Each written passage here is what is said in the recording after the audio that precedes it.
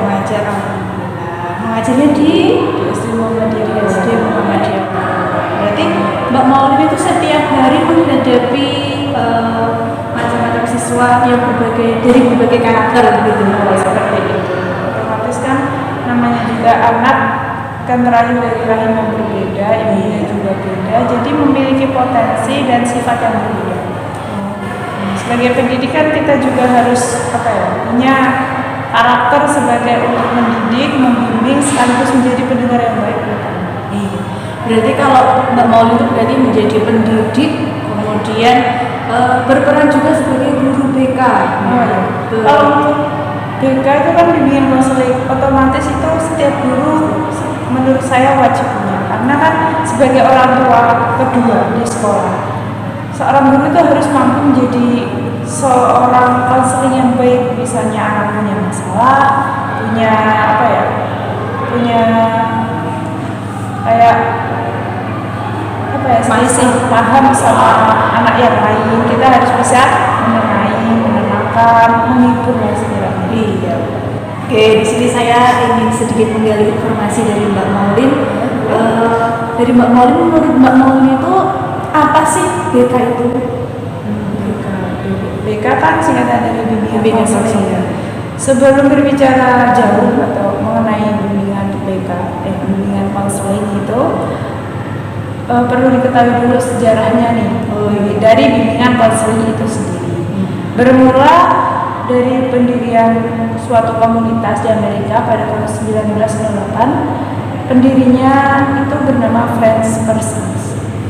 Beliau mendirikan Franz Person itu mulai awal tujuannya untuk memahami kelemahan dan kekurangan individu. Jadi sebagai teman atau kerabat atau bahkan konselor itu harus memahami apa sih kekurangan individu tersebut, kelemahannya apa, untuk meningkatkan kualitas dirinya ke jenjang karir gitu. Jadi ini nanti langsung daerah karir pada saat itu. Kemudian pada tahun lagi booming-boomingnya bimbingan konseling itu mulai dikenal pada tahun akhir abad 19 dan memasuki awal abad 20. Pada tahun itu di Boston itu sudah mulai dikenal bimbingan konseling untuk memasuki dunia karir dan mulai memberi solusi untuk para pemuda sesuai dengan jurusannya. Jadi misalnya dia punya keahlian di bidang perdagangan, dia akan diarahkan ke sini. Intinya langsung ke bisnis. Pada masa yang hampir sama, sekitar tahun 1898 itu Jas B. Davis, kalau tidak salah ya, yaitu mulai mengembangkan dan memasukkan inti-inti dari bimbingan konseling itu ke sekolah SMA, lebih tepatnya di New York, melalui komunitas juga di situ. Iya, itu berarti awal sejarah BK di dunia. Itu di dunia, khususnya dari Amerika gitu. Di Amerika.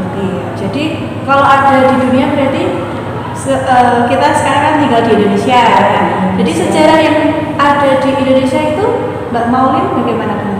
Kalau untuk sejarah di Indonesia sendiri, kita tahu lah ya kalau Indonesia itu bekas penjajahan dan sekian abad tahun yang lalu. Nah, di Indonesia ini sendiri ada beberapa dekade, ada beberapa fase-fase, dan itu diawali pada saat awal kemerdekaan.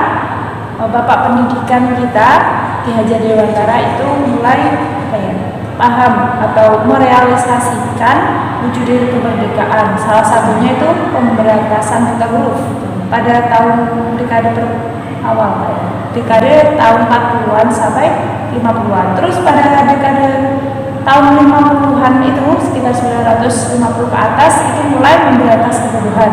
Kan zamannya dulu yang boleh sekolah hanya anak-anak pejabat, terus orang-orang yang intinya berkasta gitu ya. Kemudian di sini ada pesamarataan pendidikan baik maupun yang kalangan tidak punya kasta rendah gitu ya, maaf ini. Kemudian disamaratakan dengan dalih memberantas kebodohan, kejahilan melalui pendidikan tersebut.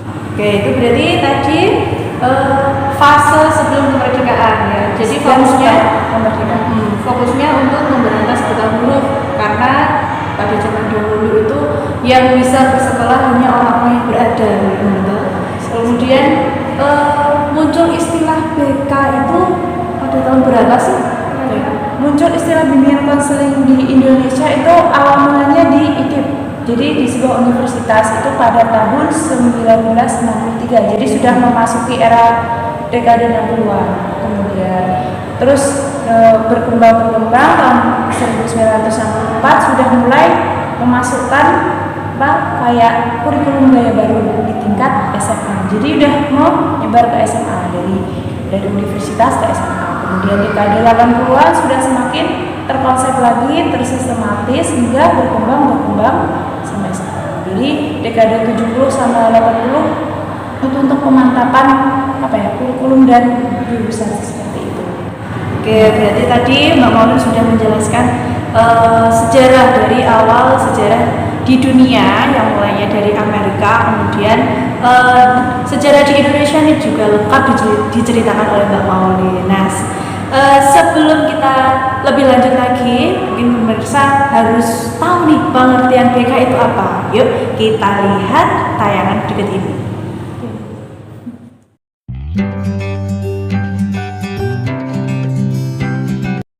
Di sini saya akan menjelaskan pengertian bimbingan dan konseling. Perkembangan zaman pada saat ini sangat berkembang pesat, menimbulkan perubahan dan kemajuan dalam berbagai aspek kehidupan masyarakat. Dengan demikian, setiap individu akan menghadapi berbagai masalah, seperti masalah penyesuaian diri, masalah keluarga, masalah pendidikan, masalah sosial, dan masalah pribadi. Dalam hal tersebut, sekolah harus mampu membantu muridnya dalam menyelesaikan masalah yang akan dihadapinya. Nah, bimbingan adalah proses bantuan terhadap individu untuk mencapai pemahaman diri dan pengarahan diri guna menyesuaikan terhadap lingkungan sekolah, keluarga, dan masyarakat.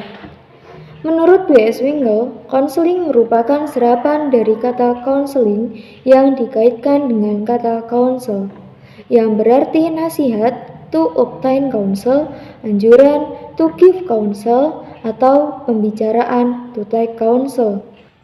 Jadi bisa ditarik kesimpulan, pengertian bimbingan dan konseling adalah pelayanan bantuan untuk peserta didik agar mandiri dan berkembang melalui jenis layanan dan kegiatan pendukung.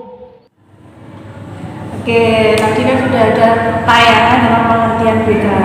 Dari pengertian itu, dari tayangan itu, apa ya yang bisa kita ambil? Kalau menurut saya sendiri dapat menarik kesimpulan bahwa bimbingan konseling itu merupakan nasihat atau masukan untuk kepada individu agar bisa menyesuaikan diri, menggali potensi diri agar bisa beradaptasi di lingkungan yang misalnya di keluarga, masyarakat, baik di dunia industri maupun sekolah bisa seperti itu. Iya, jadi BK itu ternyata sangat penting ya, sangat bagi kita, bagi siswa-siswi gitu. Kemudian BK itu adanya di sekolah saja apa di mana kira-kira? Diperlukan BK? Kalau bimbingan konseling itu sebenarnya luas dan mencakup berbagai bidang dan itu dikelompokkan menjadi beberapa ruang lingkup. Tapi sepertinya lebih lengkapnya lagi atau lebih jelasnya lagi bisa dipaparkan video untuk menjelaskan apa sih ruang lingkup bimbingan konseling. Oke, baiklah pemirsa, untuk lebih jelasnya lagi ya kita lihat tayangan berikut ini. Yang selanjutnya adalah ruang lingkup bimbingan dan konseling. Ruang lingkup bimbingan dan konseling di sekolah mencakup upaya bantuan yang meliputi bimbingan pribadi, bimbingan sosial, bimbingan belajar, dan bimbingan karir. Yang pertama adalah bidang bimbingan pribadi sosial. Dalam bidang bimbingan pribadi, membantu siswa menemukan dan mengembangkan pribadi yang beriman dan bertakwa kepada Tuhan Yang Maha Esa, mantap dan mandiri, serta sehat jasmani dan rohani. Dalam bidang bimbingan sosial, membantu siswa mengenal dan berhubungan dengan lingkungan sosial yang dilandasi budi pekerti luhur, tanggung jawab kemasyarakatan, dan kenegaraan. Kedua yaitu bidang bimbingan belajar. Dalam bidang bimbingan belajar, membantu siswa mengembangkan diri, sikap dan kebiasaan belajar yang baik untuk menguasai pengetahuan dan keterampilan, serta menyiapkan melanjutkan pendidikan yang lebih tinggi. Bidang ini dapat dirinci menjadi pokok-pokok sebagai berikut. Yang pertama, pemantapan sikap dan kebiasaan belajar yang efektif dan efisien serta produktif, baik dalam mencari informasi dari berbagai sumber belajar, bersikap terhadap guru dan narasumber lainnya, mengerjakan tugas, mengembangkan keterampilan, dan menjalani program penilaian. Yang kedua, pemantapan sistem belajar dan berlatih baik secara mandiri maupun berkelompok. Yang ketiga, pemantapan penguasaan materi program belajar di sekolah sesuai dengan perkembangan ilmu, teknologi, dan kesenian. Ketiga yaitu bidang bimbingan karir. Dalam bidang bimbingan karir, membantu siswa merencanakan dan mengembangkan masa depan atau karirnya. Yang ini dapat dirinci menjadi pokok-pokok sebagai berikut. Yang pertama, pemantapan pemahaman diri berkenaan dengan kecenderungan karir yang hendak dikembangkan. Yang kedua, pemantapan orientasi dan informasi karir pada umumnya, khususnya karir yang dikembangkan.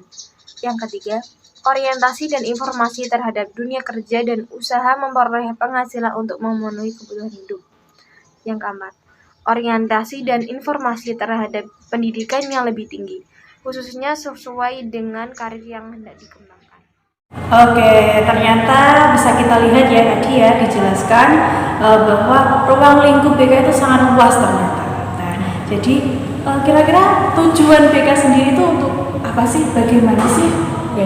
Kalau secara formal ya, tujuan bimbingan konseling itu sendiri itu untuk mencapai suatu perkembangan yang optimal pada individu yang berkembang sesuai dengan potensi dan keahliannya atau sesuai dengan kapasitasnya ya. Terus nanti agar individu itu dapat dibimbing memiliki kemampuan, terus keahliannya sesuai dengan apa yang ditekuninya gitu. Terus ada lagi nih tujuannya untuk menyesuaikan diri di lingkungan masyarakat, otomatis untuk apa ya, biar diri ini berguna buat masyarakat pada umumnya dan pada keluarga pada khususnya ya nanti seperti itu.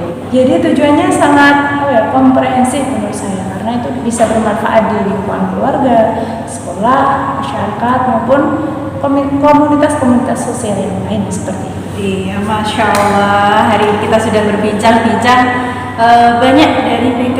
Dari awal tadi dijelaskan Mbak Maulin dengan cukup jelas ya, tentang sejarah dari dunia, kemudian sejarah di Indonesia, ada juga tadi pengertiannya, pengertian BK lebih lanjut, kemudian ada juga ruang lingkupnya, dan yang terakhir tadi tujuannya. Oke, itu saja dari kami. Ya, terima kasih Mbak Maulin atas waktunya sudah hadir di sini ya. Semoga kita di lain waktu bisa berbincang-bincang kembali dengan topik yang berbeda. Insyaallah.